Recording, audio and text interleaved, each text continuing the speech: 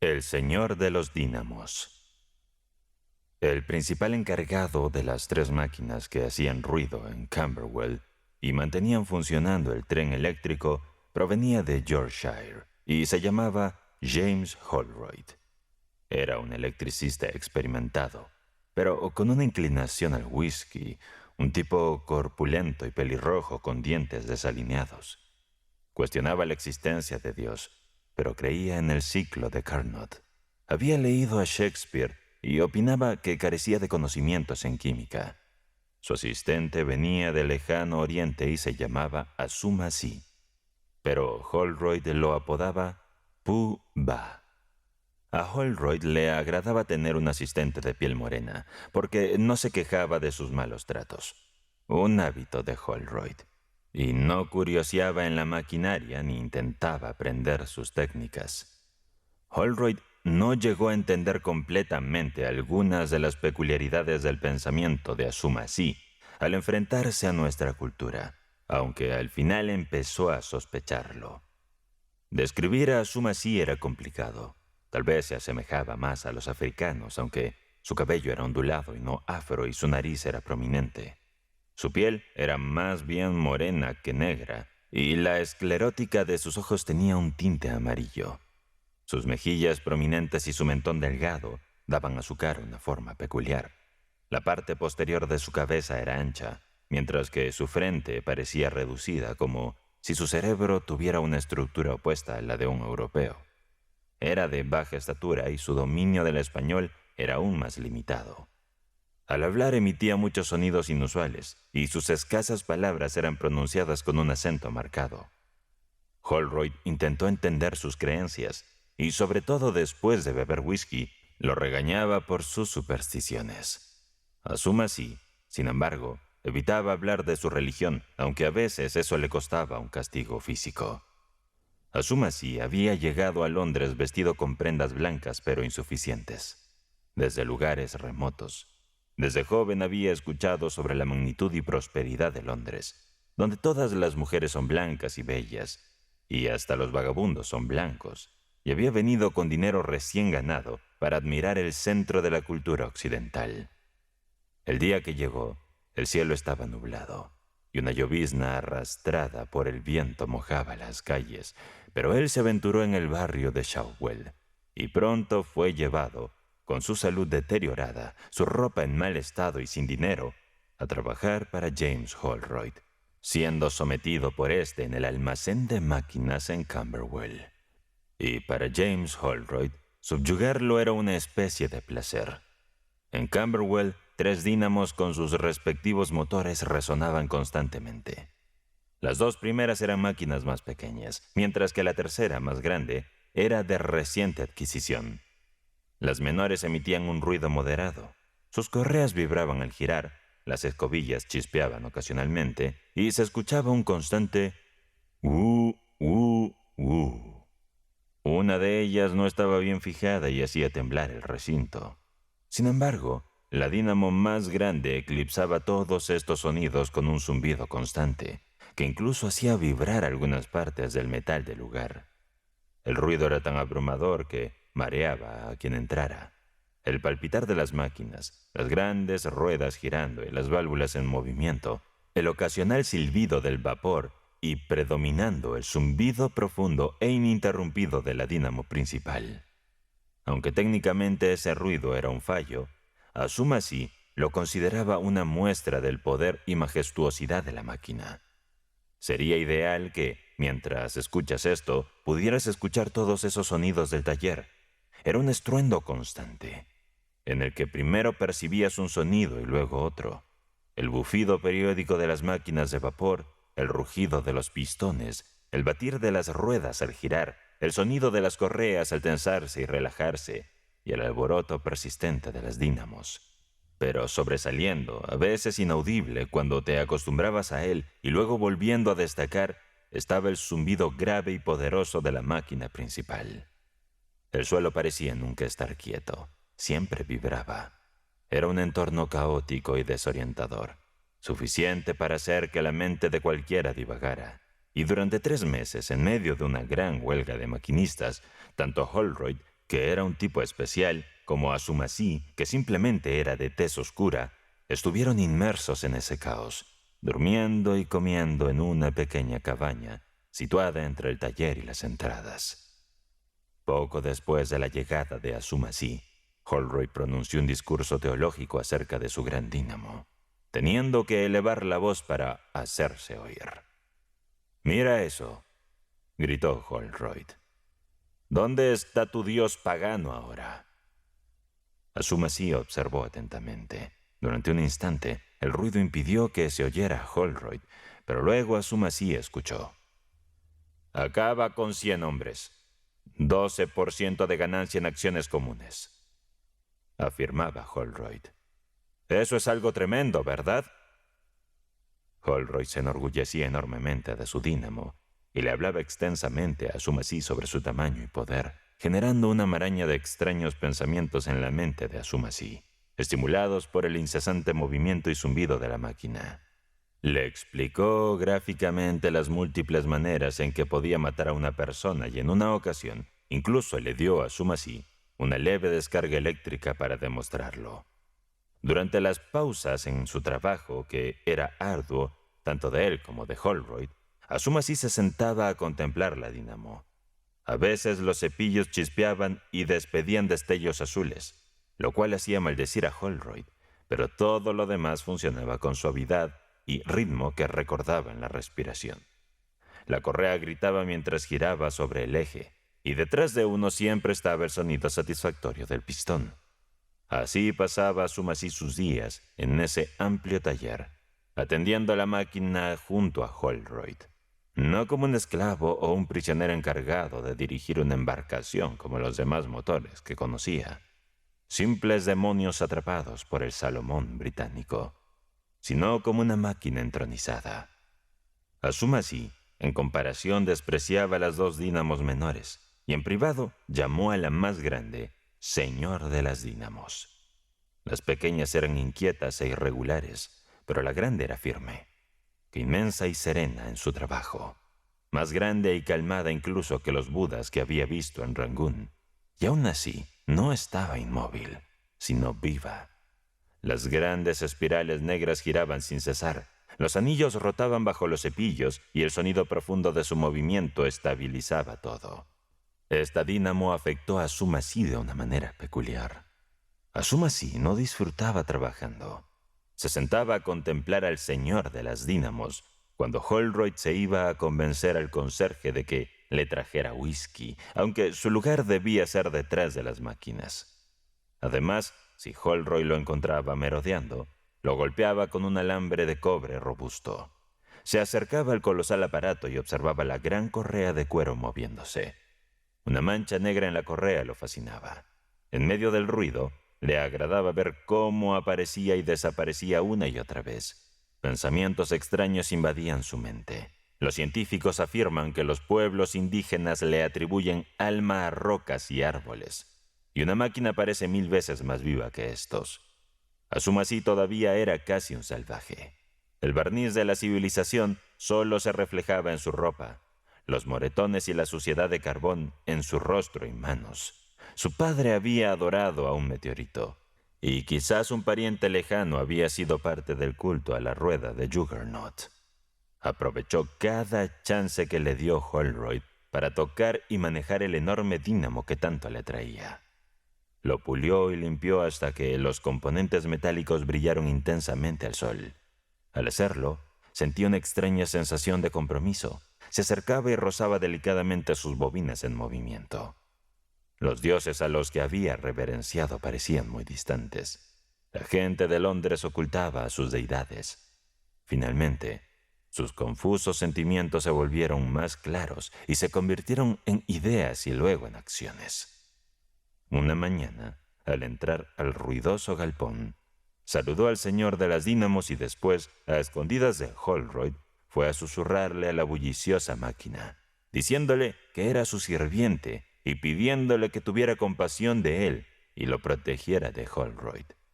Mientras hacía esto, un inusual brillo de luz entró desde el arco del galpón resonante, y el señor de los dínamos con su rotación y estruendo, resplandecía de un dorado luminoso.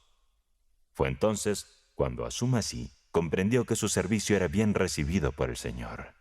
Luego de eso ya no se sintió tan solo, pues realmente había estado muy aislado en Londres. Y aún después de terminar su trabajo, que era poco frecuente, rondaba por el galpón. Así que la próxima vez que Holroyd lo trató mal, Asumasi se acercó al señor de las dínamos y le susurró: «Mira, señor». Y el intenso zumbido de la máquina pareció responder. Desde ese momento, sintió que cada vez que Holroyd ingresaba al galpón, el sonido de la dínamo cambiaba. «Mi señor está esperando el momento adecuado», pensó Asumasi. «La maldad del tonto aún no está lista». Y esperó anticipando el día del juicio. Un día hubo señales de un cortocircuito, y Holroyd, al revisar descuidadamente, era tarde, recibió una fuerte descarga. Desde detrás del motor, Asumasi lo vio saltar y maldecir al enrollado defectuoso. «Ha sido advertido», pensó Asumasi. «Definitivamente mi señor es muy paciente». Al comienzo, Holroyd había enseñado a su moreno las bases sobre cómo funcionaba el dínamo, permitiéndole encargarse del galpón en su ausencia, pero al notar cómo Asumasi estaba tan pendiente de la máquina, comenzó a desconfiar. Sintió de forma vaga que su asistente estaba planeando algo, y al asociarlo con la lubricación de las bobinas con un aceite que había dañado el barniz, le gritó por encima del ruido de la máquina: «No te acerques más a este dínamo. Pufa, o te voy a castigar fuerte». Además, si a Asumasi le gustaba estar cerca de la máquina, era lógico y prudente mantenerlo alejado. Asumasi acató en ese instante, pero después fue descubierto mientras rendía homenaje al señor de los dínamos. Por ello, Holroyd le torció el brazo y lo pateó cuando se volteó para irse.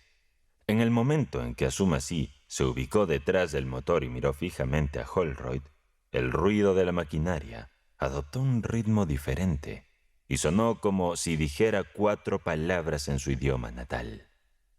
Es complicado definir qué es realmente la locura. Creo que Asumasi había perdido la razón.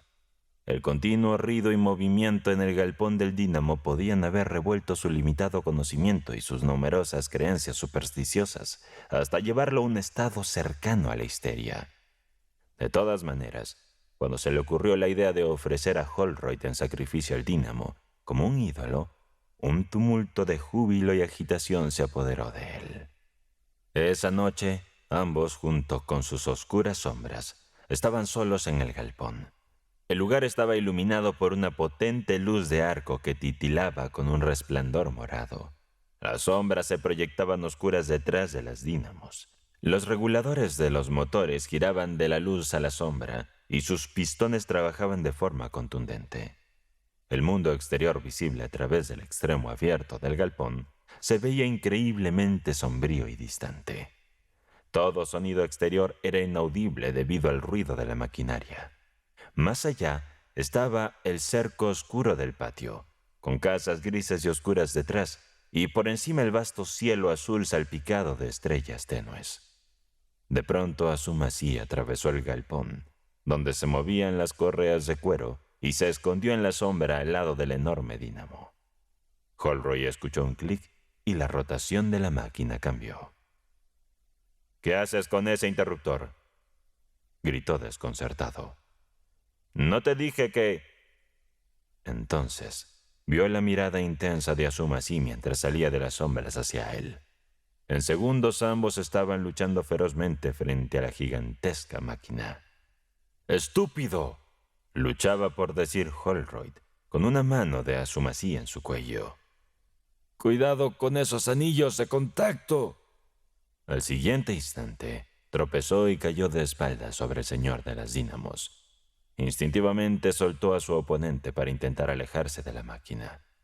El mensajero, que había sido enviado rápidamente desde la estación para investigar lo sucedido en el galpón, encontró a Asumasi en la entrada junto a la puerta. Asumasi trató de explicarse, pero el mensajero no logró entender su quebrado inglés y entró rápidamente. Las máquinas zumbaban y todo parecía normal.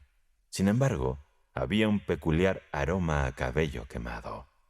Luego vio una figura retorcida pegada en la parte frontal del dínamo y al acercarse identificó lo que quedaba de Holroyd. El hombre se paralizó, dudando por un momento. Después vio el rostro y cerró los ojos con fuerza. Se dio media vuelta antes de abrirlos nuevamente, asegurándose de no mirar a Holroyd otra vez, y salió en busca de ayuda y orientación. Cuando Asumasi vio a Holroyd perecer bajo la maquinaria, se preocupó por las repercusiones de su acción. Sin embargo, se sintió extrañamente exultante, convencido de que contaba con el favor del señor de la dínamo. Ya tenía una explicación preparada cuando se topó con el hombre de la estación, y el experto que llegó poco después al lugar concluyó que se trataba de un suicidio. Este experto apenas prestó atención a Asumasi, salvo para hacerle unas pocas preguntas. ¿Había visto a Holroyd suicidarse? Asumasi explicó que estaba fuera de la vista, en el horno del motor, hasta que escuchó un cambio de sonido en la máquina. No fue un interrogatorio difícil, pues estaba libre de sospechas.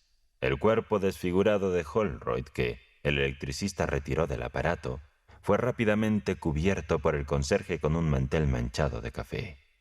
Alguien, por buen tino, pidió un médico. Lo que más quería el experto era que el aparato se pusiera en marcha de nuevo, ya que 7 u 8 trenes estaban parados en medio de los calurosos túneles del tren eléctrico. Asumasi, al responder o malinterpretar las interrogantes de quienes por autoridad o descaro se mantuvieron en el taller, fue llevado de vuelta a la caldera por el director científico. Claro está, un grupo de personas se amontonó fuera de la entrada del taller. Un grupo que por razones desconocidas suele aparecer durante 1 o 2 días cerca del lugar donde ha ocurrido una muerte repentina en Londres. 2 o 3 reporteros de alguna manera lograron entrar al taller de la locomotora, y uno de ellos llegó hasta Asumasi, pero el director científico lo sacó de allí, ya que él mismo era un periodista aficionado. Poco después se llevaron el cuerpo y el interés de la gente se esfumó con él. Asumasi se mantuvo calmado en su caldera, viendo una y otra vez en las brasas una figura retorciéndose y quemándose quieta. 1 hora después del incidente, a cualquiera que hubiera entrado al taller le habría parecido como si nada fuera de lo común hubiese sucedido allí. Al espiar desde la sala de máquinas, el hombre vio que el señor Dínamo giraba y giraba con sus hermanos menores, y que las ruedas se movían y el vapor de los pistones hacía tut, tut, al igual que el inicio de la tarde. A fin de cuentas, desde el punto de vista mecánico, solo había sido un incidente menor, una mera interrupción temporal de una corriente. Pero ahora, la figura esbelta de la sutil sombra del director científico reemplazaba en la robusta silueta de Holroyd, que solía caminar de un lado a otro por el haz de luz en el piso, debajo de las correas entre los motores y las dínamos. ¿Acaso no he servido a mi señor?, murmuró Asumasi desde su escondite, y el sonido del gran dínamo resonó claro y fuerte. Al mirar el enorme mecanismo giratorio, la extraña fascinación que había sentido desde la muerte de Holroyd volvió a él. Asumasi nunca había visto que mataran a alguien tan rápidamente y sin misericordia. La poderosa máquina no dudó ni un segundo al quitarle la vida a su víctima. Sin duda, era su dios formidable. El director, sin darse cuenta, estaba de espaldas a él, escribiendo en un papel. Su sombra se proyectaba al pie de la gran máquina. ¿Tendría aún hambre el señor de la dínamo? Su servidor estaba listo para actuar. Asumasi avanzó con cautela, pero se detuvo abruptamente. El director dejó de escribir y se trasladó al extremo del taller para revisar uno de los dínamos, y en particular sus escobillas. Asumasi, indeciso por un momento, se deslizó silenciosamente hacia la sombra junto al interruptor. Ahí esperó. Pronto, los pasos del director resonaban acercándose. se detuvo en su posición original, sin notar al fogonero acechando a pocos pasos de él. De repente el gran dínamo se apagó, y en un destello, Azumasi se lanzó sobre él. Primero tomó al director por el cuerpo y lo giró hacia el gran dínamo. Después, con un rápido movimiento, el director logró liberarse parcialmente, pero Azumasi volvió a agarrarlo, presionando su cabeza contra su pecho. Lucharon y forcejearon durante lo que pareció una eternidad. En medio del forcejeo, el director mordió la oreja de Azumasi, quien soltó un grito de dolor. Rodaron en el suelo y Azumasi intentó asfixiar al director. Justo cuando parecía que todo estaba perdido, el sonido de pasos apresurados resonó en el taller. En un instante, Azumasi soltó al director y corrió hacia el dínamo. Se escuchó un chisporroteo ensordecedor. Un empleado que había entrado al lugar observaba con horror cómo Azumasi tocaba los terminales descubiertos. El cuerpo de Azumasi convulsionó y quedó colgando de la máquina, con un rostro desfigurado. «Gracias a Dios que llegaste», murmuró el director todavía en el suelo. Observó el cuerpo que aún se movía ligeramente. No parece una forma agradable de morir, pero es rápida. El empleado se quedó paralizado, mirando el cadáver. Hubo un silencio. Con dificultad el director se puso de pie. Se frotó el cuello pensativamente y movió la cabeza de un lado a otro. Pobre Holroyd, ahora todo tiene sentido. Luego, como el piloto automático, se dirigió el interruptor en la sombra y reconectó la corriente. Al hacerlo, el cuerpo quemado de Azumasi cayó al suelo. La dínamo volvió a zumbar con fuerza. Así concluyó de manera abrupta el culto a la deidad Dínamo. Tal vez la religión más breve de la historia, pero al menos podía jactarse de tener un mártir y un sacrificio humano. Un ladrón honrado. En una mañana, justo cuando me aprestaba a salir rumbo a mi estudio, Agafrena, mi cocinera, lavandera y administradora, se acercó inesperadamente y comenzó a entablar diálogo, lo cual me sorprendió. Siempre había sido una figura callada y modesta, de modo que, exceptuando su pregunta diaria sobre la cena, no había proferido palabra alguna en los últimos 6 años. Yo al menos no la había escuchado expresarse antes. «He venido para conversar con usted, señor», comenzó abruptamente. «Debería realmente desocupar el saloncito». «¿Qué pequeña habitación?» «Sin duda la contigua a la cocina». «¿Con qué fin?» «¿Por qué? Porque indudablemente alguien podría alquilarla». «Pero, ¿quién estaría dispuesto a tomarla?» «¿Quién la arrendaría? Seguramente algún inquilino». «Sin embargo, estimada mujer, apenas cabría una cama. No habría espacio para moverse. ¿Quién podría sobrevivir en semejante lugar?» «Quien quiera vivir allí, siempre que tenga un rincón donde descansar. Incluso él podría vivir junto a la ventana». «¿En qué ventana?» «¿En qué ventana? Como si no lo supieras. En la del pasadizo, seguro». Se sentaba allí cosiendo o haciendo cualquier otra cosa. A lo mejor también se sentaba en una silla. Tiene una silla y también tiene una mesa. Lo tiene todo». «¿Quién es él entonces?» «Oh, un buen hombre. Un hombre de experiencia. Cocinaré para él y le pediré 3 rublos al mes para su alojamiento y comida». Después de esfuerzos prolongados, logré por fin entender de parte de Agafrena que un anciano la había persuadido para admitirlo en la cocina como inquilino y huésped. Cualquier idea que se le ocurriera a Agafrena debía ser llevada a cabo. De lo contrario, sabía que no me daría tregua. Cuando algo no le gustaba, se ponía inmediatamente a pensar y caía en un profundo abatimiento que duraba 15 días o 3 semanas. Durante ese periodo, mis cenas se echaban a perder. Mi ropa blanca se extraviaba, mis pisos quedaban sin fregar. En resumen, tenía mucho que soportar. Hacía tiempo que había notado que esa mujer, que apenas hablaba, era incapaz de concebir un plan, de originar una idea propia. pero si algo parecido a una idea o un plan se introducía de algún modo en su débil cerebro, impedir que se llevara a cabo significaba por un tiempo un asesinato moral. Así que, como valoraba más mi tranquilidad que cualquier otra cosa, accedí inmediatamente. ¿Tiene un pasaporte de todos modos o algo por el estilo? Sin duda lo ha hecho. Es un hombre con experiencia. Ha prometido pagar 3 rublos. Al día siguiente, el nuevo inquilino hizo su aparición en mis modestos aposentos de soltero. Pero eso no me disgustó. Es más, me alegró interiormente. Llevo por regla general una existencia de ermitaño muy solitario. Apenas tengo amigos, casi nunca voy a ninguna parte. Como había pasado 10 años sin salir de mi caparazón, me había acostumbrado a la soledad. Pero otros 10 o 15 años más de la misma existencia solitaria, con la misma agafrena en los mismos aposentos de soltero, era en verdad una perspectiva un tanto alegre. Y por lo tanto un nuevo interno, si se portaba bien, era una bendición enviada por el cielo. Agafrena había dicho la verdad. Mi huésped era sin duda un hombre de experiencia. De su pasaporte se desprendía que era un viejo soldado, cosa que yo habría sabido por su rostro. A un viejo soldado se le reconoce fácilmente. Astafi Ivanovich era un buen espécimen de su clase. Nos llevábamos muy bien.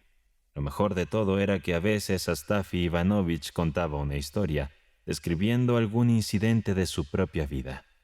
En el perpetuo aburrimiento de su existencia, un narrador así era un verdadero tesoro. Un día me contó una de esas historias. Me impresionó. El siguiente suceso fue el que la provocó. Me quedé solo en el piso. Tanto Astafi como Agafrena habían salido a sus propios asuntos.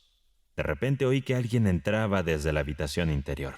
Me pareció que era un desconocido, salí y vi a un desconocido en el pasillo. Un tipo bajo que no llevaba abrigo a pesar del frío otoñal. ¿Qué deseas? ¿Vive aquí un empleado llamado Alexandrov? Aquí no hay nadie con ese nombre, amigo. Adiós. Vaya, el Vornik me dijo que estaba aquí, dijo mi visitante, retrocediendo con cautela hacia la puerta. Vete, amigo, vete. Al día siguiente, después de la cena, mientras Astafi me preparaba un abrigo, alguien ingresó al pasillo. Entreabrí la puerta. Ante mis propios ojos, mi visitante de ayer con perfecta compostura tomó mi abrigo del perchero y metiéndolo bajo su brazo salió corriendo del piso. Agafrena permaneció mirándolo todo el tiempo, sorprendida y sin hacer nada para proteger mi propiedad. Astafi se lanzó en persecución del ladrón y regresó 10 minutos después, sin aliento y con las manos vacías. El ladrón había desaparecido por completo. Bueno, tienes algo de suerte, Astafi. Afortunadamente aún tienes tu capa. De lo contrario, habrías estado en aprietos con el ladrón. Sin embargo, el incidente había dejado una marca tan profunda en Astafi que el robo pasó a un segundo plano en su mente. Era incapaz de superarlo. Cada 1 o 2 minutos interrumpía la tarea en la que estaba inmerso para revivir mentalmente cómo habían transcurrido los hechos. Escribía una y otra vez cómo había estado parado, cómo le habían arrebatado el abrigo justo ante sus ojos, a menos de 1 metro de distancia, y cómo se le había escapado el ladrón sin que pudiera atraparlo. Después retomaba su trabajo solo para abandonarlo una vez más. Finalmente decidió bajar al Vornik para relatarle todo con lujo de detalle y reprenderlo por permitir semejante incidente en su territorio. Luego regresó y comenzó a reprender a Agafrena. A pesar de retomar su labor, pasó mucho tiempo susurrando para sí mismo cómo habían transcurrido las cosas, reviviendo la escena una y otra vez en su mente. Él allí, yo aquí, el ladrón agarrando el abrigo de la percha y así sucesivamente. En resumen, aunque Astafi tenía un entendimiento sólido en sus asuntos comerciales, demostraba ser una persona lenta y ocupada en extremo. Nos han tomado el pelo, Astafi, mencioné por la noche al darle una taza de té. Deseaba entretenerme reviviendo la historia del perdido Gaván, su frecuente repetición junto a la grave solemnidad del narrador, comenzaba a resultar muy divertida. Vaya tontos. En efecto, señor. Aunque no es asunto mío, me indigna. Me enfurece, aunque no sea mi abrigo el que se ha extraviado. En mi opinión, no existe alimaña peor en el mundo que un ladrón. Otros pueden quitarle lo superfluo, pero un ladrón roba el fruto de tus manos, el sudor de tu frente, tu tiempo. ¡Uf! ¡Qué repulsión! No conviene hablar de ello. Es excesivamente molesto. ¿Cómo es posible que no sienta la pérdida de su propiedad, señor? Es cierto, Astafi. Sería preferible que la prenda hubiera sido consumida por el fuego. Resulta incómodo dejar que el ladrón la posea. Resulta desagradable. Desagradable, sí. Eso afirmaría. Aún así, para estar seguro, hay distintos tipos de ladrones. Y yo, señor, me topé con un ladrón de honor. ¿Un ladrón honorable? Pero ¿cómo puede un ladrón ser honorable, Astafi? Tiene usted toda la razón, señor. ¿Cómo puede un ladrón ser honorable? Sencillamente no lo son. Solo quise expresar que era un hombre honorable. Indudablemente, y no obstante, robó. Sencillamente sentí simpatía por él. ¿Por qué? ¿Cómo ocurrió eso, Astafi? Sucedió hace aproximadamente 2 años, caballero. Estuve sin empleo casi 12 meses y poco antes de quedar desempleado, me topé con un alma desdichada. Nuestro primer encuentro fue en un pub. Tenía problemas con el alcohol. Vivía en la calle. Pedía limosna. Había enfrentado dificultades, pero sus excesos con la bebida le hicieron perder su empleo. ¡Qué tristeza! Solo el cielo sabe cómo vestía. A veces dudaba si tenía una camisa bajo su chaqueta. Consumía cualquier licor a su alcance. Sin embargo, no era conflictivo. Era calmado. Un hombre amable y de buen trato. Jamás lo solicitaba por vergüenza. Pero era evidente que ansiaba una copa y se la concedías. Así fue como nos volvimos cercanos. O más bien, él se apegó a mí. Era mi sombra. Vaya compañero que era. Me seguía como un cachorro fiel. A donde yo fuera, él estaba allí. Y eso desde nuestro primer encuentro. Y él tan delgado como una hebra. Al comienzo me pidió, déjame quedarme esta noche. Y accedí. Revisé su documento. El hombre estaba en orden. Al día siguiente ocurrió de igual forma, y el tercer día regresó de nuevo, pasando el día entero en la ventana y quejándose la noche entera. Pues vaya, me dije, se está haciendo costumbre alimentarle, ofrecerle bebida y refugio por la noche. Ahí estoy, un simple hombre con una responsabilidad adicional. Antes de apegarse a mí, solía visitar a un funcionario. Siempre compartían bebida. Sin embargo, ese hombre, debido a ciertos problemas, bebió hasta encontrar su fin. Mi visitante se llamaba Emilia Niljic. Medité largo y tendido sobre cómo manejar la situación. Me costaba despedirlo. Sentía compasión. Nunca había presenciado a alguien tan desdichado y olvidado. No decía nada. Simplemente se sentaba y te observaba como un can. Es sorprendente lo bajo que puede llevar a alguien el alcohol.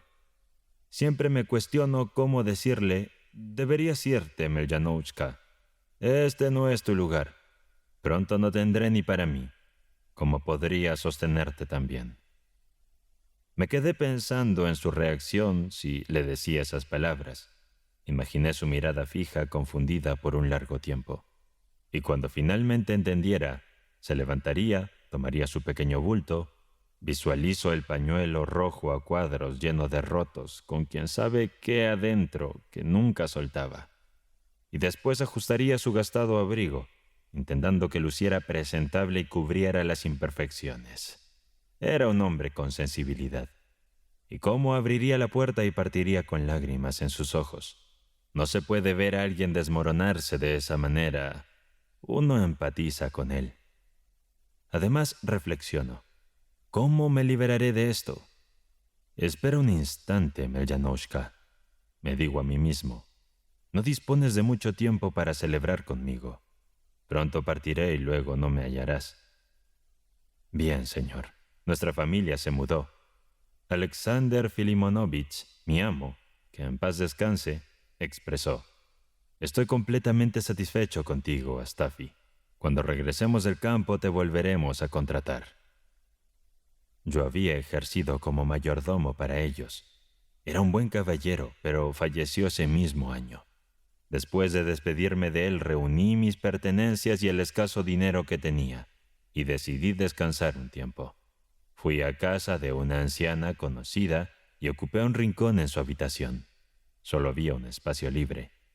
Al haber sido enfermera, ahora tenía una pensión y una habitación propia. Bueno, adiós ahora, Emelyanoushka, pienso. Ya no me encontrarás, joven. ¿Qué cree usted, señor?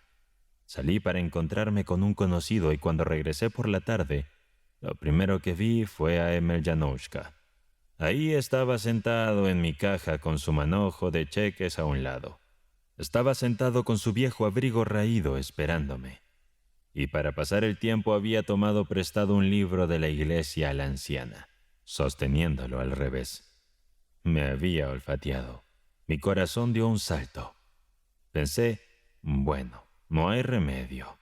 ¿Por qué no lo eché antes? Así que le pregunté directamente, ¿trajiste tu pasaporte, Emelyanoushka? Tomé asiento, señor, y comencé a reflexionar. ¿Me causará muchos problemas un vagabundo como ese? Y al meditar concluí que no sería mucha molestia. Deberé alimentarlo, pensé, pero bueno, un poco de pan en la mañana y para una comida más sustanciosa le compraré una cebolla. Al mediodía habrá otro poco de pan y una cebolla. Y en la noche nuevamente cebolla con kebabs. Quizás con un poco más de pan, si así lo desea.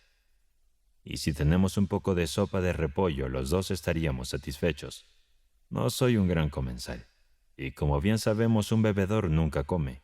Todo lo que anhela es aguardiente de hierbas o vodka verde. Me llevará a la bancarrota con su consumo, pensé. Sin embargo, entonces se me ocurrió otra idea, señor, que se apoderó de mí con toda la fuerza.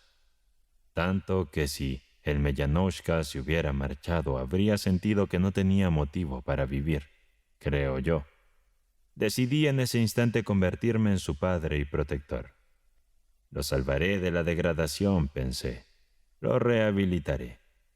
Espera un momento, pensé. Está bien, Emelyanoushka. Puedes quedarte, pero debes portarte adecuadamente. Debes seguir las órdenes. Bien, reflexioné. Comenzaré por entrenarlo en algún tipo de labor, aunque no todo al mismo tiempo. Primero permítele disfrutar un poco, y buscaré algo para lo que seas apto, Emelyanoushka. Para cada tarea se requiere una habilidad especial. Lo sabe usted, señor. Comencé a observarlo en secreto. Pronto noté que Emelyanoushka tenía un carácter obstinado. Empecé, señor, con palabras de consejo. Le dije esto y aquello. Emelyanoushka, le dije, deberías reflexionar y corregirte. Detén el consumo del alcohol. Fíjate en la ropa que llevas. Ese viejo abrigo tuyo, si me permites la franqueza, está en peor estado que un colador. Situación tan lamentable. Ya es hora de poner fin a esto. Emelyanoushka se sentó a escucharme con la cabeza baja. ¿Puede creerlo, señor? Había llegado al punto en que la bebida le había robado la elocuencia y no podía articular una frase coherente. Me escuchaba y luego suspiraba. ¿Por qué suspiras, Emelyan Ilich?, cuestioné. No importa, no me hagas caso, Astafi. ¿Te enteraste que hoy hubo un altercado entre dos mujeres en la calle, Astafi? Una de ellas sin querer volcó la canasta de arándanos de la otra. Bien, ¿y qué? Y la segunda persona deliberadamente arruinó y pisoteó los arándanos de la primera. Bien, ¿y qué, Emelian? En fin, nada, Astafi. Solo lo mencioné. ¿Nada? ¿Solo lo mencioné? Emelyanoushka, muchacho, pensé. Has malgastado y embriagado tu mente. Y, ¿sabes? A un caballero se le cayó un billete en la acera de la calle Goroví. Oh, no, era la calle Sadoví. Y un campesino lo avistó y dijo, «Esta es mi suerte. y al mismo tiempo otro individuo lo vio y exclamó: «No, es mi suerte. Yo lo vi antes que tú». «¿Y bien, Emelyan Illich?» Y los compañeros comenzaron a disputar a Staffy. Pero un agente se acercó, tomó el billete, se lo restituyó al caballero y advirtió que detendría a ambos hombres. «Bien, pero ¿qué tiene que ver esto? ¿Qué lección se puede extraer, Emelyanushka?» Pues nada, ciertamente. La gente se rió a Staffy. «Oh, Emelyanushka, ¿qué le importa a la gente? Has vendido tu alma por una moneda. Pero, ¿sabes qué tengo que decirte, Emelian?» «¿Qué, Astafi?» «Consigue algún tipo de trabajo. Eso es lo que debes hacer. Te lo he dicho en repetidas ocasiones. Haz algo. Ten algo de compasión por ti mismo». «¿A qué podría dedicarme, Astafi? No sé en qué trabajo podría involucrarme y nadie está dispuesto a aceptarme, Astafi».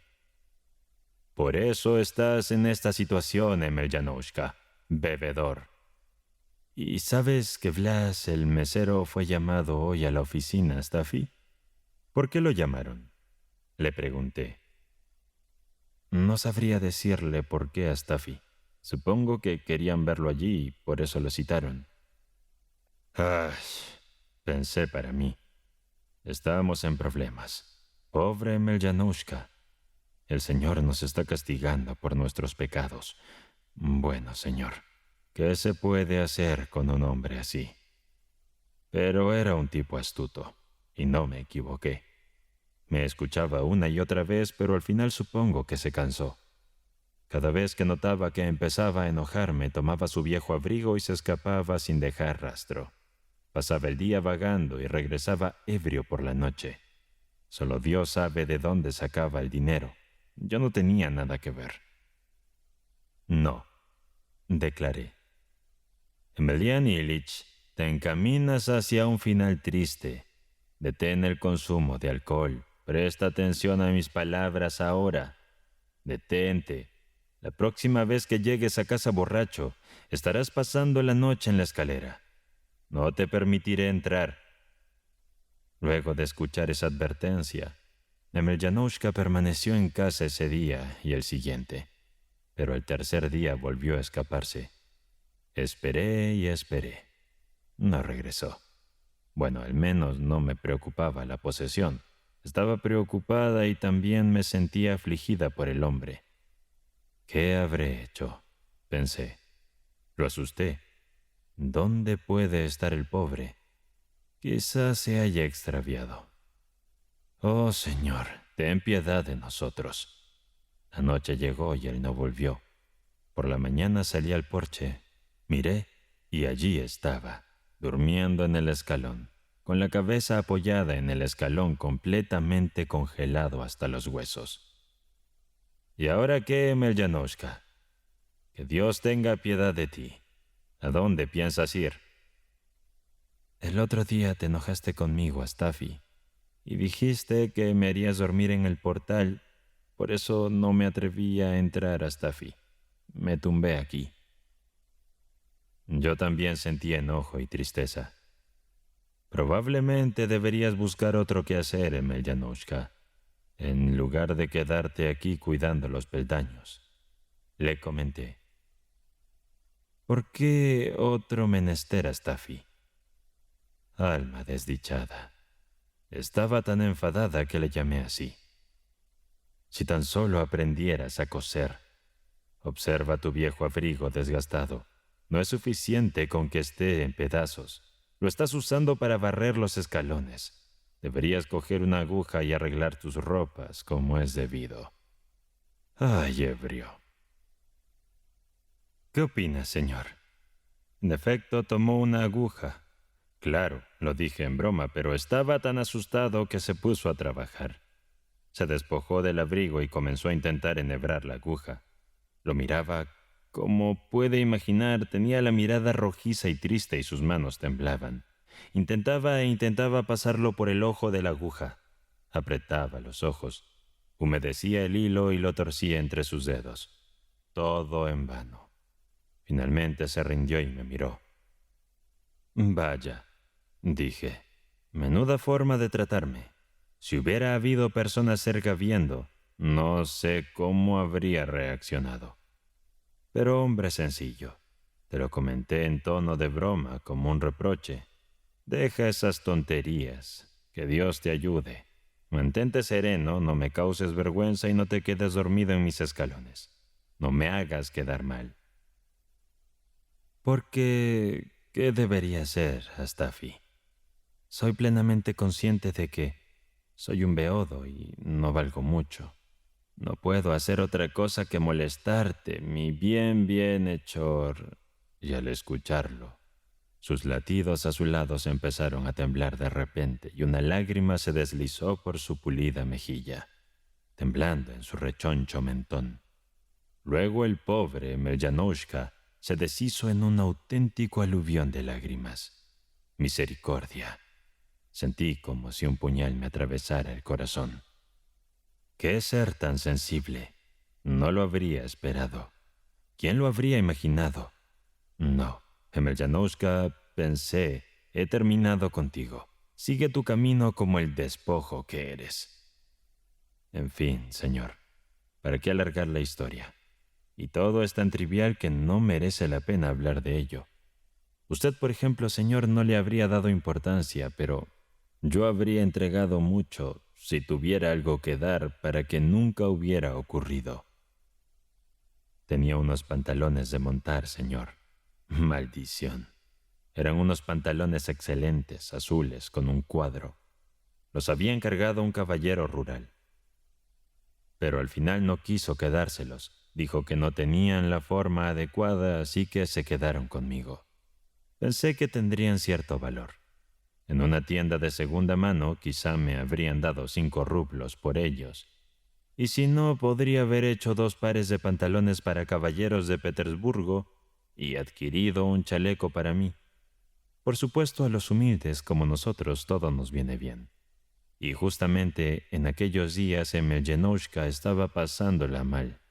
Allí estaba, día tras día. No bebía ni una sola gota. Simplemente se quedaba sentado y gemía como un lamento. Era desolador verle ahí, ensimismado.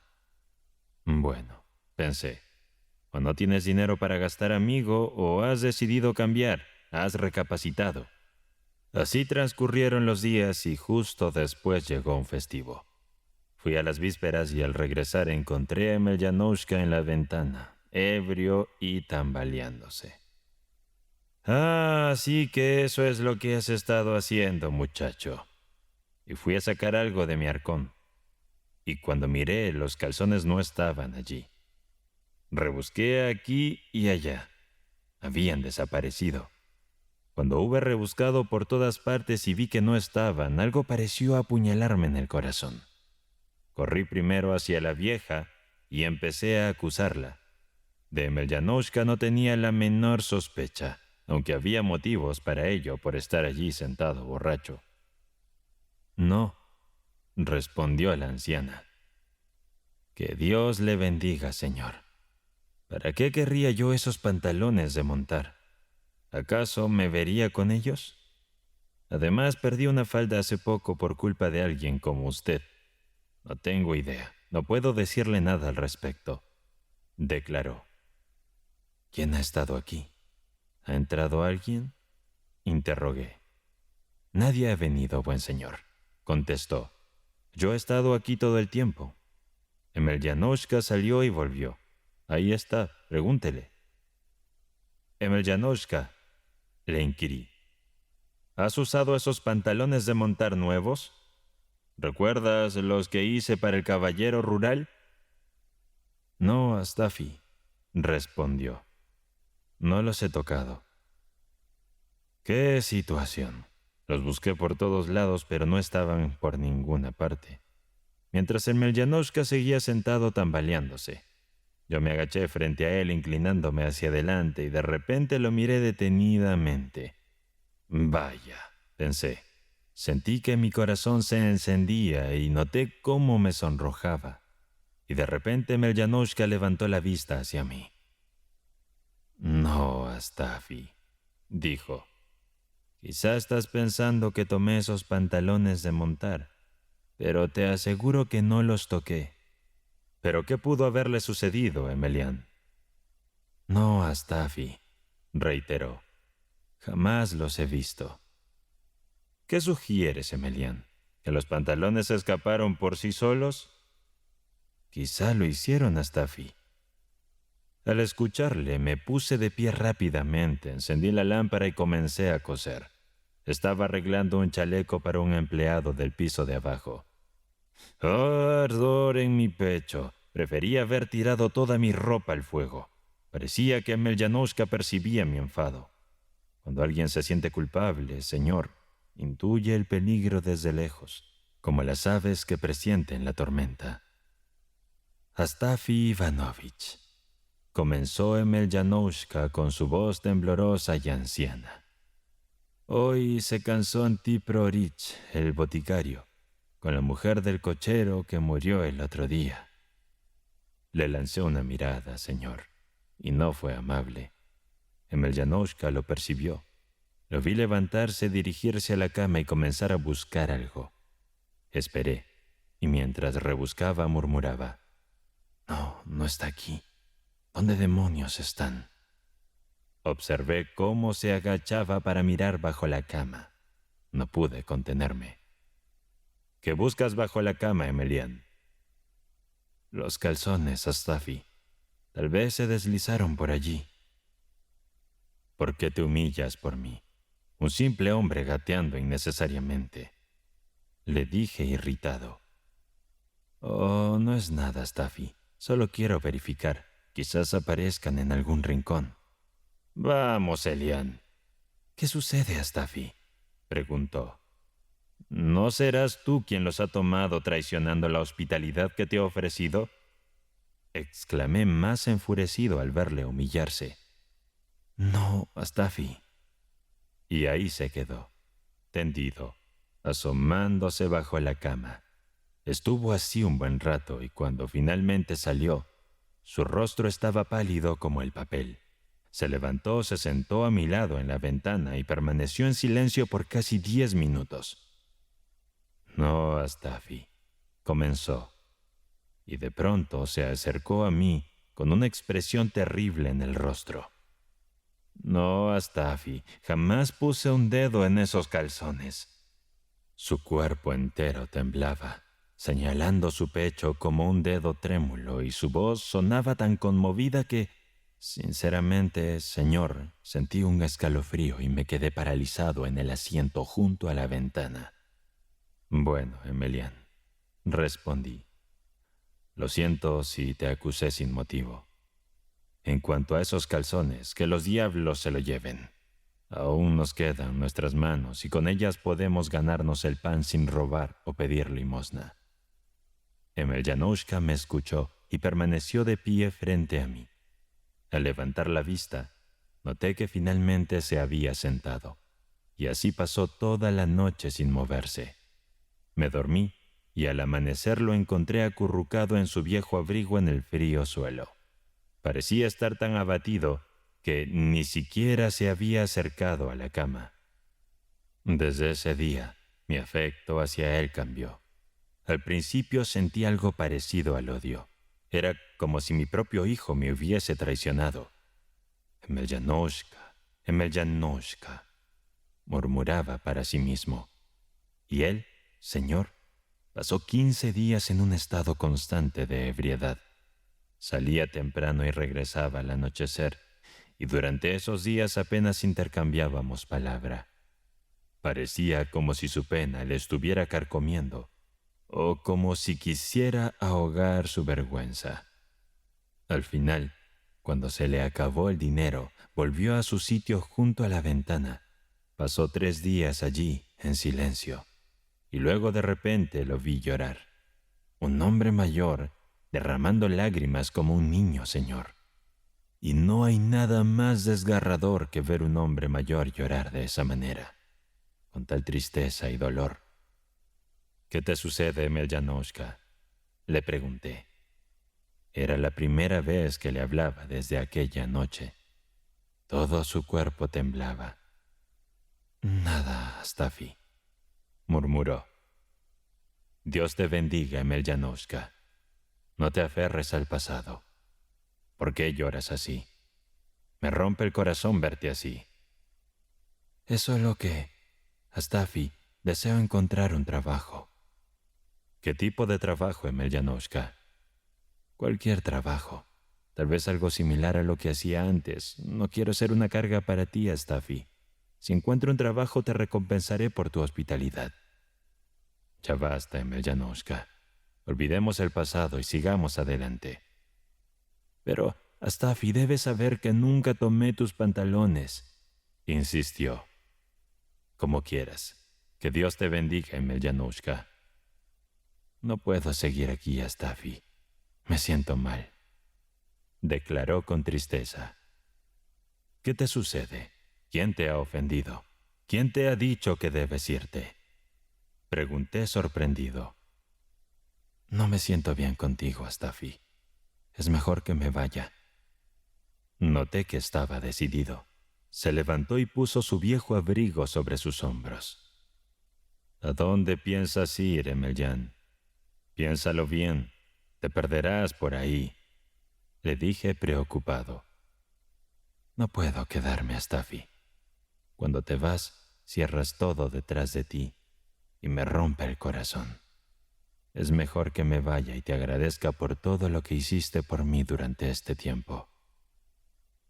«Bueno, caballero». El sujeto partió. Aguardé un día confiando en su regreso al anochecer, pero no fue así. Pasaron 2 días y ni señales. El tercero lo mismo. Empecé a inquietarme. Estaba con la angustia. No lograba beber ni comer. El sueño me esquivaba. Al 4.º día salí en su búsqueda. Revisé cada taberna preguntando por él, pero Emelyanushka había desaparecido. ¿Lograría sobrevivir, Emelyanushka?, me cuestioné. Quizá yacía sin vida en algún rincón, como un desdichado ebrio, semejante a un tronco mojado. Volví a casa sintiéndome como un muerto en vida. Al día siguiente continué mi búsqueda. No paré de reprocharme por haber sido tan ingenuo y permitir que partiera solo. Al amanecer del 5.º día, que era festivo, escuché la puerta crujir. Al alzar la mirada, allí estaba Emelyanushka entrando. Su rostro lucía pálido, con el cabello lleno de mugre. Parecía haber dormido en la calle. Estaba flaco como un palillo. Despojándose de su viejo abrigo, se sentó y me observó. Su presencia me llenó de alegría, pero a la vez de una gran decepción. Porque, caballero, si yo hubiese cometido alguna falta, estoy seguro de que habría preferido morir antes de regresar. Pero Emelyanushka volvió. Fue desolador ver a alguien decaer de esa manera. Empecé a cuidar de él, tratándolo con amabilidad y dándole consuelo. «Bueno, Emelyanushka», le dije, «me contenta que estés de regreso. Si te hubieras demorado un poco más, hoy habría tenido que ir a las tabernas a buscarte. ¿Qué te apetece comer?». «No, Astafi». «¿Estás seguro?». «Mira, hermano, tengo sopa de repollo que restó de ayer. Llevaba carne. Es deliciosa. Y aquí hay un pan con cebolla. Come, te sentará bien». Noté al darle de comer que probablemente llevaba 3 días sin comer. El hambre lo había traído a mí. Mi compasión por ese hombre me embargó. Debería ir a la taberna, pensé. Le conseguiré algo para animarlo y pondremos fin a todo esto. Ya no siento rencor hacia ti, Emelyanushka. Le acerqué un poco de vodka. «Prueba, Emelian. Brindemos por las fiestas. ¿Un sorbo? Te hará bien». Extendió su mano con ansias hacia la bebida. Estaba a punto de cogerla, pero luego vaciló. Sin embargo, un momento después, la tomó y se llevó la botella a su boca, derramando algo en su manga. A pesar de haberla acercado a sus labios, la dejó nuevamente sobre la mesa. «¿Sucede algo, Emelyanushka?». Nada, Astafi. Solo que... ¿No vas a beber? Mira, Astafi, he decidido no beber más. ¿Significa que has renunciado por completo a Meljanoushka o que hoy no beberás? No respondió. Poco después vi cómo apoyaba su cabeza en su mano. ¿Qué te ocurre, Meljanoushka? ¿Te encuentras mal? Sí, Astafi. No estoy bien. Lo acomodé en la cama y noté que verdaderamente se encontraba enfermo. Tenía la frente caliente y estaba temblando. Estuve junto a él todo el día. Al anochecer empeoró. Preparé una mezcla con aceite, cebolla, kebabs y otros trozos de pan. «Prueba esto», le insté. «Quizás te siente bien». Pero negó con la cabeza. Hoy no cenaré, Astafi. Le hice té. La vieja estaba inquieta. No mejoraba. Pensé que su situación era grave. Al tercer día fui en busca de un médico que conocía, el doctor Kostopravov. Había sido mi médico cuando trabajaba para los Bosonyakims.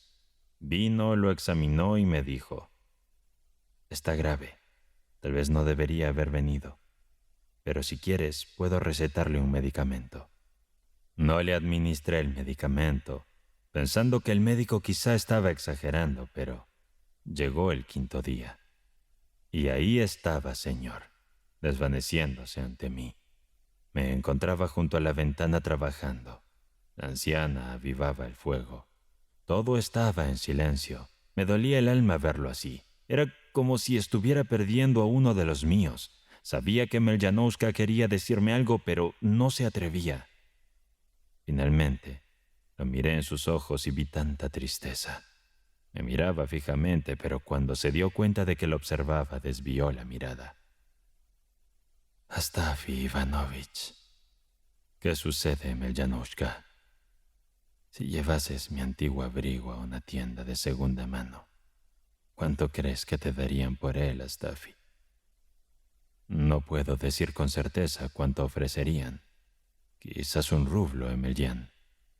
Aunque en realidad si lo hubiera llevado, probablemente se hubieran burlado de mí por intentar vender algo en ese estado.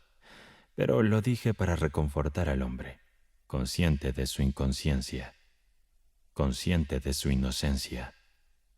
Pensaba, Astafi Ivanovich, que tal vez te den 3 rublos. Es de paño, después de todo. ¿Cómo podrían ofrecerte solo un rublo por un abrigo de tela? Realmente no lo sé, Melyam, respondí. Si decides venderlo, deberías pedir al menos 3 rublos al inicio. Hubo un momento de silencio antes de que Meljanoushka volviera a hablar. Astafi Ivanovich. ¿Qué ocurre, Meljanoushka? Cuando me haya ido, vende mi abrigo. No es necesario que me entierren con él. Puede ser más útil vendiéndolo. Puedo descansar sin él. Es una prenda de cierto valor. No puedes imaginarte cuánto me dolía el alma al verle. Observé cómo la angustia se apoderaba de él. Guardamos silencio un buen rato. 1 hora más tarde, al observarle, sus ojos estaban fríos en mí, y al cruzar nuestras miradas, desvió la suya. ¿Necesitas agua, Emelyan?, le pregunté. Por favor, que Dios te recompense, Astafi. Se la ofrecí. Gracias, Astafi, murmuró. ¿Hay algo más que quieras, Meljanoushka? Nada, Astafi. Solo que... ¿Qué sucede? Es solo que... Habla, Meljanoushka. Esos pantalones. Fui yo quien los tomó, Astafi. Que te perdone, Dios, Meljanoushka, le respondí. Pobre alma atormentada. Descansa ahora. La emoción me embargaba. Tenía los ojos llenos de lágrimas y me aparté un instante. Astafi Ivanovich. Noté que Meljanoushka quería comunicarme algo. Intentaba levantarse y susurraba palabras intangibles. De súbito, su rostro se encendió. Luego palideció, y en cuestión de segundos parecía desvanecerse. Su cabeza se ladeó, tomó un último aliento y dejó este mundo. Cuando Dios se ríe. Los dioses son más fuertes. El tiempo cae ante ellos. Las rodillas de todos los hombres. Inclínate. Todas las oraciones y penas de los hombres suben como incienso hacia ellos. Sí, para esto son los dioses. Felice. Finalmente, Carquinés se relajó. Observó cómo las ventanas temblaban con el viento. Elevó la vista hacia el techo de vigas y se detuvo un instante a escuchar el feroz aullido de la tormenta del sur al envolver el bungalow con su furioso abrazo. Después, contempló su copa contra la luz del fuego y soltó una carcajada de felicidad a través del resplandor dorado del vino. «Es magnífico», expresó. «Tiene una dulzura exquisita. Es un vino creado para ser bebido por santos vestidos de gris». «Los producimos en nuestras soleadas colinas», le respondí, con un orgullo típico de California. «Ayer cabalgaste por entre las viñas donde se produjo. Valió la pena ver a Carquines abrirse así. Solo llegaba a ser verdaderamente él cuando el suave calor del vino empezaba a fluir por sus venas. Sin duda era un artista, siempre lo fue, pero de alguna manera, estando sobrio, la chispa y el ritmo en sus pensamientos se esfumaban de su mente, convirtiéndose en alguien tan sumamente monótono como un domingo en Inglaterra. No aburrido de la manera común, sino monótono si se le comparaba con la vibrante energía que Carquines desprendía al ser realmente el mismo. De esto no se debe deducir que Carquines, mi estimado amigo, y el más cercano de mis compañeros, fuera un bebedor empedernido. Nada más lejos de la realidad. Cometía excesos con poca frecuencia. Como ya mencioné, era un artista. Sabía cuándo era suficiente, y para él suficiente significaba mantener el equilibrio. Ese equilibrio que poseemos tú y yo al estar lúcidos. Poseía una moderación sabia e intuitiva, de corte griego. Aunque lejos de serlo, él decía, «Soy azteca, soy inca, soy español». Y verdaderamente lo parecía, con esa mezcla de linajes antiguos y exóticos, su tez oscura y la singularidad primitiva de sus facciones.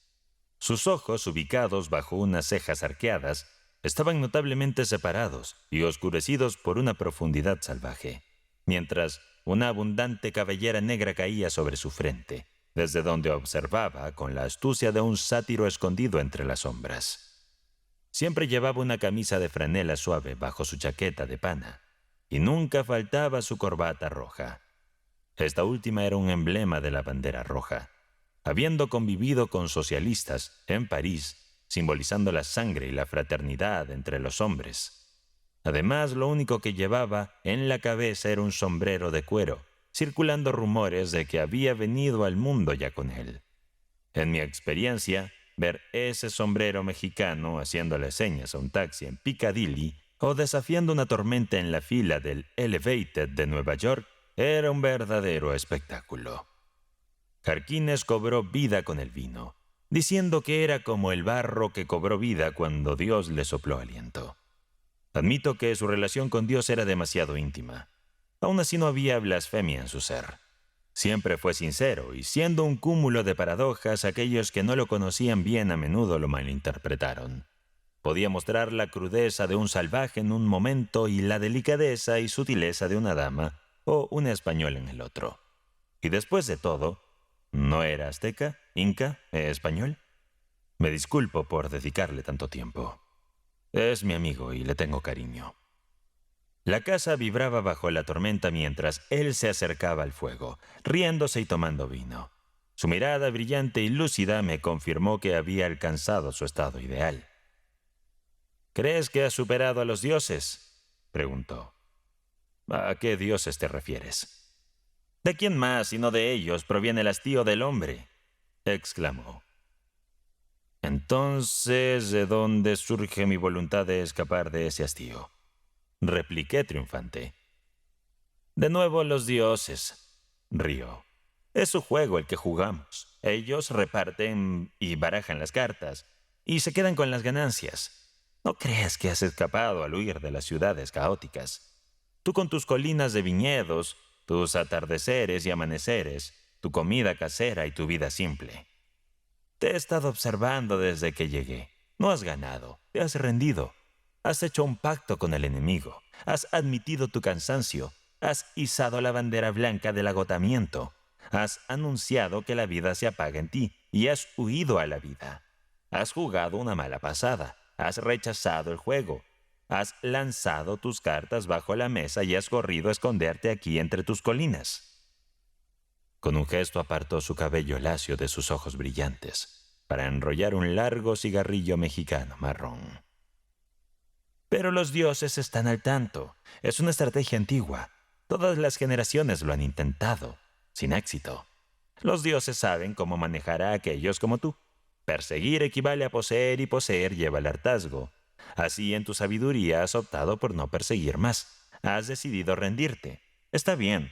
Te encontrarás saciado por tu desistimiento. Dices haber escapado del hartazgo. Solo lo has sustituido por la vejez, y la vejez es otro término para el hartazgo.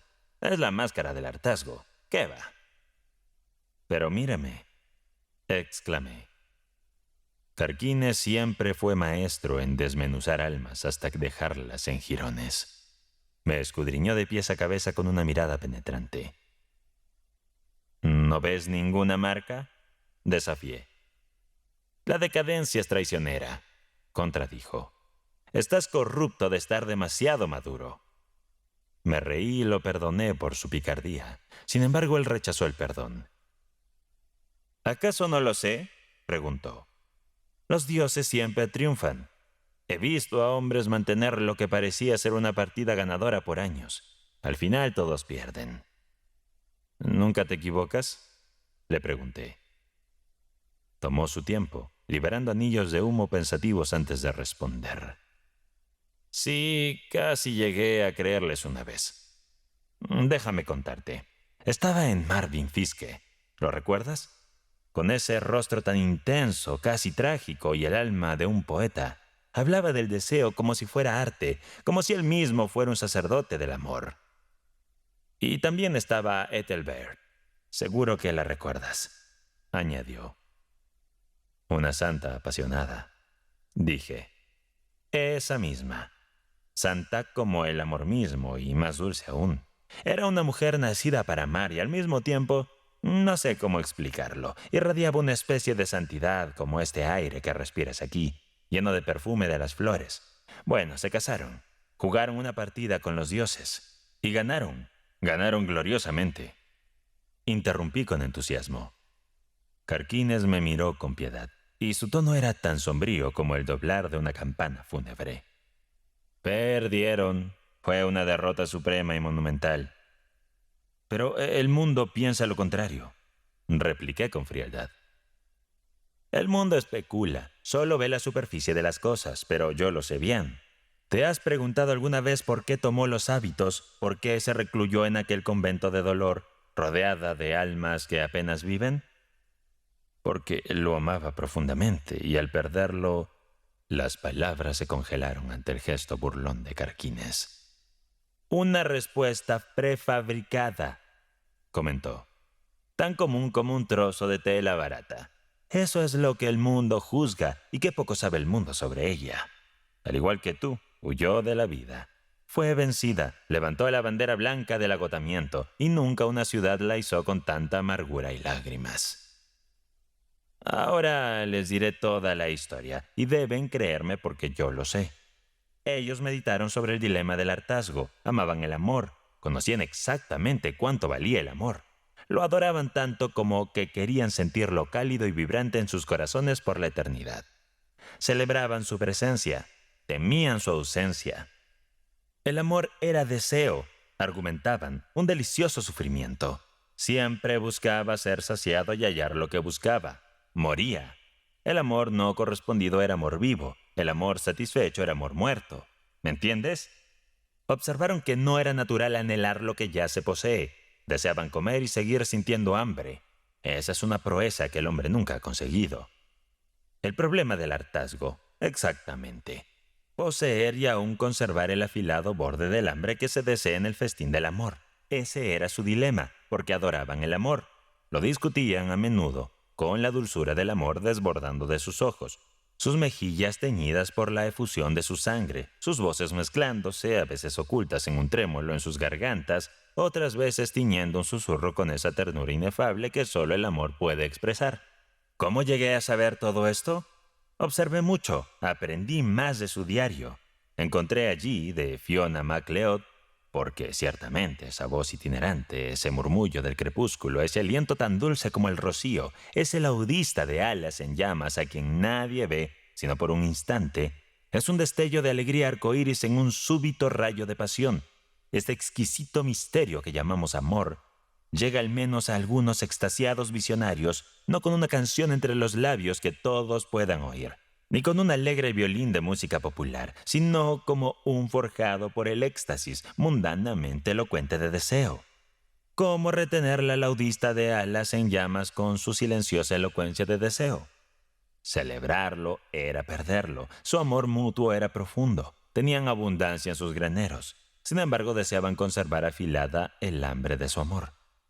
No eran meros teóricos delgados teorizando en el umbral del amor. Eran almas plenas y agradecidas. Habían amado antes con otros antes de encontrarse. Y en esos tiempos habían asfixiado al amor con caricias. Lo habían asesinado con besos. Y lo habían enterrado en el pozo de la saciedad. Este hombre y esta mujer no eran espectros fríos. Eran seres cálidos, humanos. No tenían la frialdad sajona en su sangre. Su pasión era de un rojo atardecer, resplandecían con ella. Su temperamento era de júbilo francés hecho carne.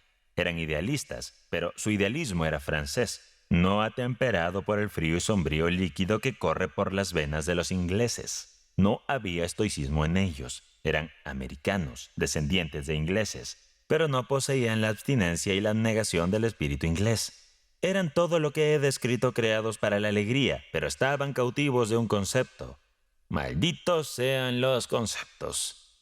Se enredaron en la lógica, y esta era su lógica. Pero permíteme contarte sobre una conversación que tuvimos una noche basada en Mademoiselle de Maupin de Gautier. ¿Recuerdas a la doncella? Besó una vez, y solo una vez, y no quiso más besos. No es que los besos no fueran dulces, sino que temía que la repetición los hiciera insípidos. Otra vez el problema del hartazgo. Trató de jugar sin apostar contra los dioses. Sin embargo, esto va en contra de una regla del juego que los propios dioses han establecido. Solo que las reglas no están expuestas abiertamente. Los mortales deben jugar para aprenderlas. Ahora, sobre la lógica, el hombre y la mujer razonan así. ¿Por qué besarse siquiera una vez? Si besar una vez era prudente, ¿no sería aún más prudente no besarse jamás? De esa manera podrían mantener el amor vivo. En la abstinencia golpearía eternamente sus corazones. Tal vez fue su herencia lo que las llevó a concebir esta idea sacrílega. La influencia de la raza a menudo se impone de las maneras más inesperadas. Así, en ellos, la solemne Albión se transformó en una intrigante perversa, una osada, fría y sagaz libertina. Aunque en realidad no puedo afirmarlo con certeza, pero de lo que estoy seguro es que fue en su excesivo anhelo de felicidad por lo que renunciaron a ella. Como él escribió, lo leí mucho tiempo después de una de las cartas de ella. Tenerte en mis brazos tan cerca y aún así no cerca. Desearte sin poseerte jamás y así poseerte para siempre. Y para ella, que siempre estés fuera de mi alcance. Estar siempre al alcance de tu mano, pero nunca realmente alcanzarte, y que esto dure una eternidad, siempre fresco y nuevo, siempre con la primera emoción entre nosotros. No fue exactamente así como lo expresaron. Su filosofía del amor suena distorsionada en mis palabras. ¿Quién soy yo para adentrarme en los decretos de sus almas? No soy más que una rana en la orilla húmeda de un vasto desconocido, observando con asombro el misterio y el esplendor de sus espíritus ardientes. Y en cierto modo tenían razón, hasta cierto punto. Todo es deseable hasta que se posee. La saciedad y la posesión son como los heraldos de la muerte. Avanzan juntos, codo con codo. y el tiempo solo podría enseñarnos a prolongar el calor de nuestro éxtasis con el resplandor de la costumbre. Lo extrajeron de un soneto de Alfred Austin. Su título era La sabiduría del amor. Representó el único beso de Madeleine de Maupin. ¿Cómo fue? Nos dimos un beso y nos alejamos. No es posible avanzar más. Y prefiero la muerte antes que nosotros. De lo alto a lo bajo debamos disminuir o declinar de fuerte al débil. Pero ellos eran más astutos. No optaron por besarse y luego separarse. En realidad decidieron no besarse para así mantener en el pico más alto del amor. Se casaron. Tú te encontrabas en Inglaterra en aquel entonces, y nunca hubo un matrimonio como ese. Mantuvieron el secreto, y no estaba al tanto. Por aquel entonces, la intensidad de su éxtasis no disminuyó. Su amor brillaba con mayor intensidad. Nunca se vio algo igual. El tiempo transcurrió, meses, años, y el audista de alas ardientes se tornó cada vez más luminoso. Todos se asombraban. Se transformaron en amantes excepcionales, objeto de mucha envidia. A veces algunas mujeres sentían lástima por ella por no tener hijos, y esa es la forma en la que la envidia se manifiesta en tales seres. Y yo ignoraba su secreto. Medité y me asombré. Al principio esperaba, supongo, que, de manera inconsciente, que su amor se desvaneciera. Luego comprendí que era el tiempo el que se esfumaba y el amor el que permanecía. Entonces me invadió la curiosidad. ¿Cuál era su secreto? ¿Qué cadenas mágicas usaban para atar el amor a su lado? ¿Cómo retenían al duende escurridizo? ¿Qué poción de amor eterno habían bebido juntos? Al igual que Tristán e Isolda en tiempos antiguos. ¿Y quién era la mano que había preparado tal brebaje mágico? Como digo, me picaba la curiosidad y los observé. Estaban perdidamente enamorados. Vivían en una festividad constante de amor. Lo elevaban a rito y ceremonia. Se empapaban en el arte y la poesía del amor. No eran neuróticos, eran lúcidos y saludables. Eran artistas, pero habían logrado lo imposible. Habían alcanzado el anhelo inmortal. ¿Y yo? Vi mucho de ellos y de su eterno prodigio de amor. Me intrigaba y me cuestionaba hasta que un día Carquines se detuvo abruptamente y preguntó: ¿Alguna vez has leído La espera del amor? Negué con la cabeza. Lo escribió Page, Curtis Hayden Page. Creo recordar. Bueno, ese poema es el que me llevó a entender. Un día, junto a la ventana cerca del gran piano, ¿recuerdas cómo tocaba ella? A veces se reía y dudaba si había venido por ellos o por la música. En una ocasión me llamó adicto a la música. ¿Qué voz la suya? Cuando cantaba yo creía en la inmortalidad. Mi respeto por los dioses casi se tornaba condescendiente y concebía maneras y medios por los cuales seguramente podría engañarlos a ellos y a sus artimañas. Era un espectáculo divino. Aquel hombre y aquella mujer unidos en matrimonio, desde hacía años, interpretando canciones de amor con una pureza virginal como si el amor acabase de nacer, con una madurez y pasión que los jóvenes enamorados jamás podrían alcanzar. Los jóvenes enamorados palidecían y se mostraban lánguidos en comparación con esta pareja casada. Verlos era presenciar pura pasión, fuego y ternura contenida.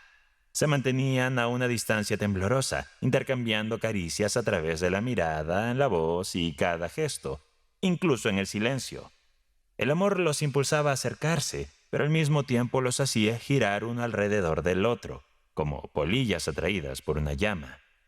Cada uno era para el otro un faro de luz, y juntos giraban en una órbita frenética, como si siguieran una ley física más poderosa que la gravedad y más sutil, una fuerza que parecía empujarlos a fundirse en un solo cuerpo. Ahí mismo, frente a mis ojos. No era de extrañar que todos los llamaran los amantes maravillosos. Me he desviado. Ahora a la pista. Un día, en el asiento junto a la ventana, encontré un libro de poesía.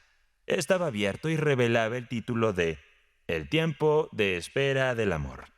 La página estaba desgastada, y yo leí: Qué hermoso es estar separados, para conocernos mejor y preservar la suave y exquisita sensación de dos que se encuentran. El amor, todavía no. Dulce, conservamos nuestro amor, envuelto en sagrado misterio, un tiempo más, aguardando el secreto de los años venideros, que aún no llegan, aún no, algún día, todavía no. Oh, que nuestro amor aún tenga tiempo para crecer. Cuando florezca, morirá. Nútrelo con besos que no se dan, deja que repose, yaciendo en el silencio del no todavía un poco más.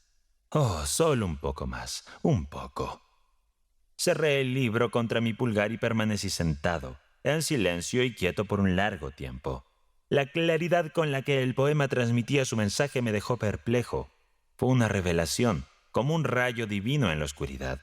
Ellos se quedarían con el amor, ese escurridizo duendecillo, el preludio de la juventud vibrante que es esencial que emerja. Repasé los versos en mi mente. Todavía no, algún día. Oh amor, todavía no. Nútralo con besos que no se dan, déjalo reposar. Y solté una carcajada. Ja, ja, vi sus almas puras con claridad meridiana. Eran unos niños, no entendían, jugaban con el fuego de la naturaleza y dormían con una espada desenfundada. Se burlaban de los dioses, interrumpían el fluir cósmico, habían ideado un sistema, lo apostaron en el juego de la vida y esperaban ganar. ¡Cuidado!, grité. Los dioses controlan el juego, inventan nuevas reglas para cada sistema que surge. No tienen ninguna probabilidad de ganar. Pero no les grité en realidad. Esperé. Aprenderían que su sistema era inútil y lo abandonarían. Se conformarían con la felicidad de que los dioses les brindaban y no intentarían arrebatar más. Observé, no dije nada. Los meses pasaban y el filo de su hambre amorosa se hacía más intenso. Nunca lo desgastaron con un abrazo de amor concedido. Lo agudizaban con la negación y se volvía cada vez más cortante. Esto siguió hasta que incluso yo empecé a dudar. ¿Dormían los dioses?, me preguntaba. ¿O estaban muertos? Me reí entre dientes. El hombre y la mujer habían realizado un milagro. Habían burlado a Dios, habían deshonrado la carne y entristecido el rostro de la bondadosa Madre Tierra.